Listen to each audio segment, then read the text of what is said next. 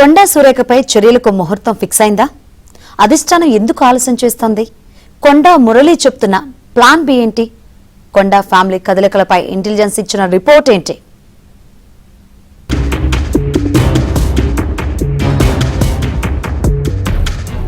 తెలంగాణ రాజకీయాలలో కొండా సురేఖ ఎపిసోడ్ రోజుకో మలుపు తిరుగుతోంది. కొండా సురేఖపై క్రమశిక్షణ కమిటీ నివేదికను పీసీసీ చీఫ్ కి అందచేయడంతో దాన్ని హైకమాండ్ కు పంపారు. అధిష్టానం నేడో రేపో నిర్ణయం తీసుకుంటుందని అంతా భావించారు. ఈలోపే డిప్యూటీ సీఎం భట్టి విక్రమార్కతో కొండా మురళి భేటీ కావడం ప్రాధాన్యతను సంతరించుకుంది. ఈ భేటీ తర్వాత భట్టి విక్రమార్క బెంగళూరు వెళ్లి ఏఐసీసీ చీఫ్ మల్లికార్జునను కలిశారు. ఇదే సమయంలో వారం రోజులుగా నడుస్తున్న కొండా ఫ్యామిలీ ఎపిసోడ్ లో కొత్త ట్విస్ట్ జరిగింది. సుస్మిత చేసిన కామెంట్స్ విషయంలో తమకేం సంబంధం లేదంటూ కొండా మురళి కూడా కొండా సురేఖ చెప్పిందే చెప్పారు. తన కూతురు ప్లాన్ ఏ అమలు చేసిందని, ఇక ప్లాన్ బి పై దృష్టి పెడుతుందని స్పష్టం చేశారు. అయితే తన కూతురు మనసులో ఉన్న ప్లాన్ బి గురించి తనకు తెలియదని కొండా మురళి తెలిపారు. అయితే కొండా మురళి చెప్పిన ప్లాన్ బి కమెంట్స్ హస్తం నేతలలో చర్చకు దారితీశాయి. ప్లాన్ ఏదో అది ఏం చేసింది, ప్లాన్ బిలో ఏం చేసుకుంటుందో నా బిడ్డకు తెలుస్తుంది, నాకు తెలుస్తుందా అన్న. మేము కాంగ్రెస్ పార్టీని వీడేది లేదు. సోనియా గాంధీ మీద, రాహుల్ గాంధీ గారి మీద, ప్రియాంక గాంధీ మీద సంపూర్ణ విశ్వాసం ఉంది. ఇదంతా చూస్తుంటే కొండా ఫ్యామిలీ రాజకీయ వ్యూహం అనుసరిస్తోందనే టాక్ నడుస్తోంది. పార్టీ మొత్తం కొండా ఫ్యామిలీకి వ్యతిరేకంగా మాట్లాడుతున్న కొండా దంపతులు కూతురు చేసిన కమెంట్స్ ను తప్పు పట్టకపోవడం పలు అనుమానాలకు దారితీస్తోంది.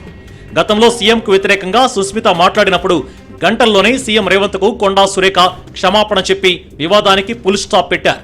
తాజాగా మంత్రులు, ఎమ్మెల్యేలు, ఎమ్మెల్సీలు బయటకు వచ్చి సురేఖ తీరును తప్పుపడుతున్న కొండా సురేఖ మాత్రం స్పందించడం లేదు.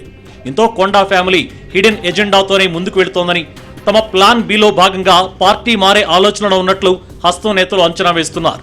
అందుకే పార్టీలోని అన్ని వర్గాల నుంచి ఒత్తిడి వస్తున్నా సీఎంపై చేసిన కమెంట్స్ విషయంలో వెనక్కి తగ్గడం లేదని హస్తం నేతలు చెబుతున్నారు.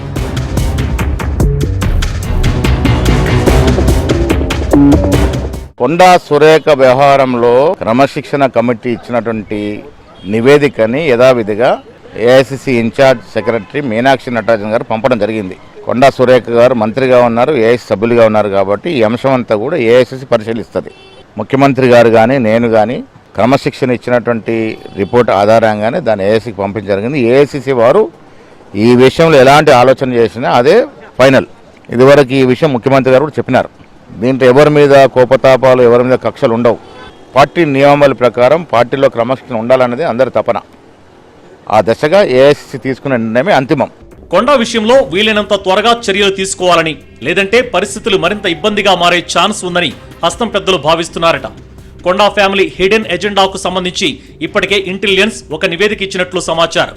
మరోవైపు AICC general secretary K C Venugopal ప్రస్తుతం విదేశీ పర్యటనలో ఉన్నారు. ఈ నెల 31న ఇండియా రానున్నారు. ఆయన రాగానే తెలంగాణ కాంగ్రెస్ కీలక నేతలు ఢిల్లీ వెళ్లి ఇక్కడ జరుగుతున్న విషయాలను వివరించనున్నారు.